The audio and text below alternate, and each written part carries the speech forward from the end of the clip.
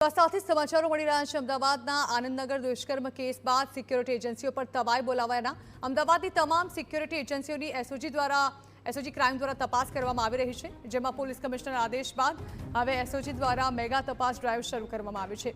Security એજન્સીઓના નિયમ પાલનની ચકાસણી શરૂ કરી દેવાઈ છે। એસઓજીની અલગ અલગ ટીમો દ્વારા સિક્યોરિટી એજન્સીઓની તપાસ કરવામાં આવી રહી છે।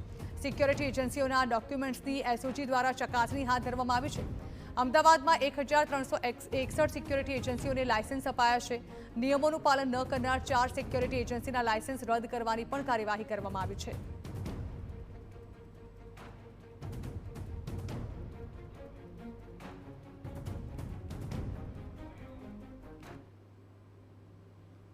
આનંદનગરમાં સિક્યુરિટી ગાર્ડે યુવતી ઉપર દુષ્કર્મ ગુજારવાના મામલે તપાસ કરતા જે સિક્યુરિટી એજન્સી હતી કે તેનું લાયસન્સ એક્સપાયર થઈ ગયું હતું અને આ જે સિક્યુરિટી ગાર્ડ હતો તેને કોઈ પણ પુરાવા વગર જ તેને રાખવામાં આવ્યો હતો।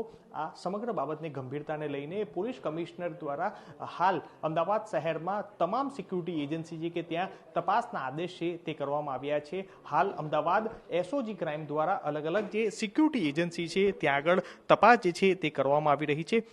ખાસ જે અમદાવાદ શહેરમાં 1300થી પણ વધુ સિક્યુરિટી એજન્સી છે અને તેમાં તે લોકોએ લાયસન્સ રિન્યુ કરાવવાથી લઈ અને તમામ નિયમોને લઈને હાલ એસઓજી દ્વારા તપાસ જે છે તે કરવામાં આવી રહી છે। હાલ આ દ્રશ્યો જોઈ શકાય છે કે જે અમદાવાદના અલગ અલગ જે સિક્યુરિટી એજન્સી છે કે ત્યાં આગળ અત્યારે હાલ એસઓજીની ટીમ છે કે જે તપાસ અર્થે પહોંચી છે।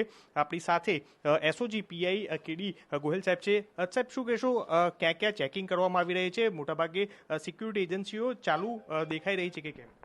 મોટાભાગની સિક્યુરિટી અત્યારે તો વેરીફાઈ કરવાનું ચાલુ છે, એટલે જે ચાલુ હશે એનું ડોક્યુમેન્ટેશન વેરિફિકેશન કરવામાં આવશે।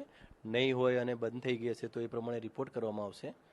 અને મોટાભાગે સિક્યુરિટીનું લાયસન્સ મેળવેલું છે કેમ, ક્યાં સુધી એની વેલિડિટી છે, એમના માણસોનું વેરિફિકેશન થયેલું છે કે કેમ, તે તમામ ચેક કરવામાં આવશે।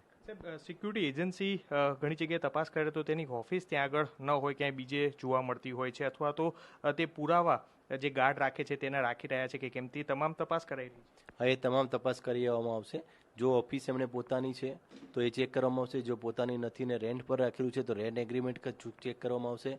અને જો એમણે જે રાજ્ય બહારના અથવા જિલ્લા બહારના જો સિક્યુરિટીમાં માણસો રાખ્યા હશે તો એ લોકોનું પણ પોલી વેરિફિકેશન થયેલું છે કે નહીં એ પણ ચેક કરવામાં આવે છે। હાલ આપ જોઈ રહ્યા છો એ મુજબનું વેરિફિકેશન હાલ જોઈ શકાય છે કે જે અલગ અલગ આખો જે ડેટા છે કે તે ડેટાના આધારે અત્યારે હાલ એસઓજી ક્રાઇમની ટીમ છે તે તપાસ જે છે તે કરી રહી છે કે જે ડોક્યુમેશન વેરિફિકેશનથી લઈ અને તમામ જગ્યાએ કે જ્યાં સિક્યુરિટી એજન્સી છે તે એજન્સી દ્વારા કયા કયા નિયમો છે કે તે નિયમોને લઈને હાલ તપાસ જે છે તે તપાસ કરવામાં આવી રહી છે। મહત્વનું છે કે આ કેસની ગંભીરતાને લઈને રાજ્યના પોલીસ વડા જીએસ મલિક દ્વારા પણ ગુજરાતની તમામ સિક્યુરિટી એજન્સીને તપાસ કરવા અને વેરિફિકેશન કરવા માટેના આદેશ છે તે કરવામાં આવ્યા છે। એટલે હાલ અલગ અલગ જે શહેરોમાં પણ આ સિક્યુરિટી એજન્સીમાં તપાસ જે છે તે શરૂ કરાઈ છે।